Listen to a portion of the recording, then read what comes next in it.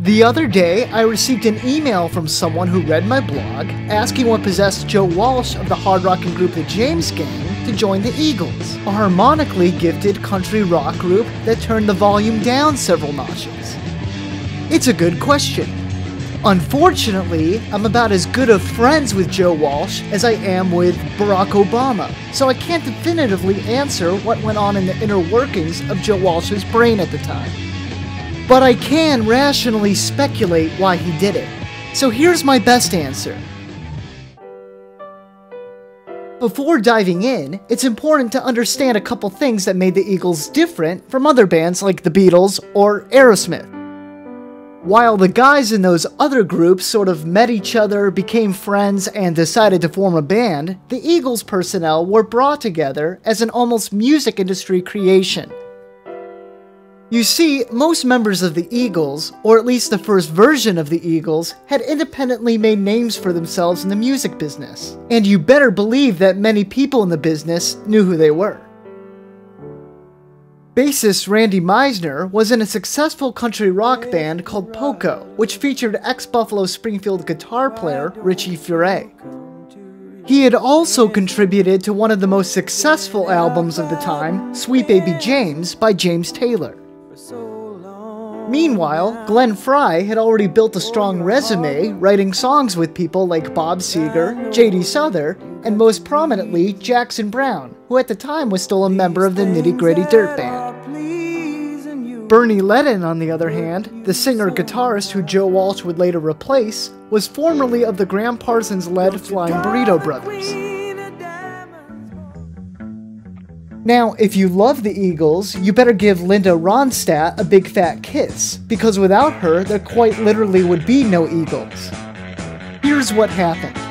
Linda Ronstadt enters in the studio to record her eponymous fifth album. It just so happens that backing her sessions were Glenn Frey, Randy Meisner, and Bernie Leadon. Frey had also convinced his friend and label mate Don Henley of a local group called Shiloh to play drums. The subsequent album did okay, but the chemistry between the players was more than evident. The group signed to David Geffen's Asylum Records without even having a name for their project. Eventually, they decided to call themselves Eagles.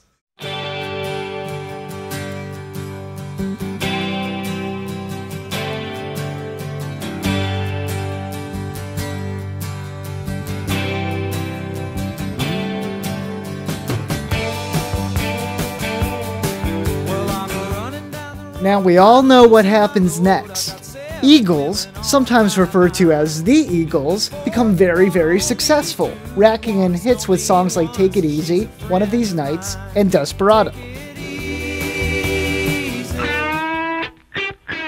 Simultaneously, Joe Walsh is alternating his time between the James Gang and a fairly successful solo career on MCA Records. He isn't as big as the Eagles, but with songs like Funk No. 49 and Walk Away, he is a common staple on modern rock radio. On one of his solo tours, he finds himself as an opening act for the Eagles. Eventually, Bernie Leadon decides he no longer wants to be in the band, and Joe Walsh is suggested as a replacement guitarist. Now, I suppose the question is, why did Joe Walsh accept the offer? Well, one thing most serious professional musicians tend to have in common is that they love all music with a passion. In the case of the Eagles, they had millions upon millions of fans, and Joe Walsh was probably one of them. The other thing to realize is that he was only a session musician for the band in the beginning. So he might have just thought, hey, I've been putting out a lot of my own music for years and years. It might be fun to have a less direct role in the creation of the songs, where I don't have to worry about coming up with new material for record execs to critique and put a lot of pressure on me to write hits. Incidentally, Walsh didn't become a full credited member of the Eagles until the album Hotel California. And when he did become a full member on that absurdly successful album, his hard rock past had a great influence on the Eagles. Guitar-driven songs, like Life in the Fast Lane, were a great departure from the easygoing country of Tequila Sunrise, for example. At the same time, soft songs like Pretty Maids All in a Row indicate that Joe Walsh was probably always a lover of soft, harmonious music. So he either joined the Eagles for all of those reasons, or maybe something entirely different.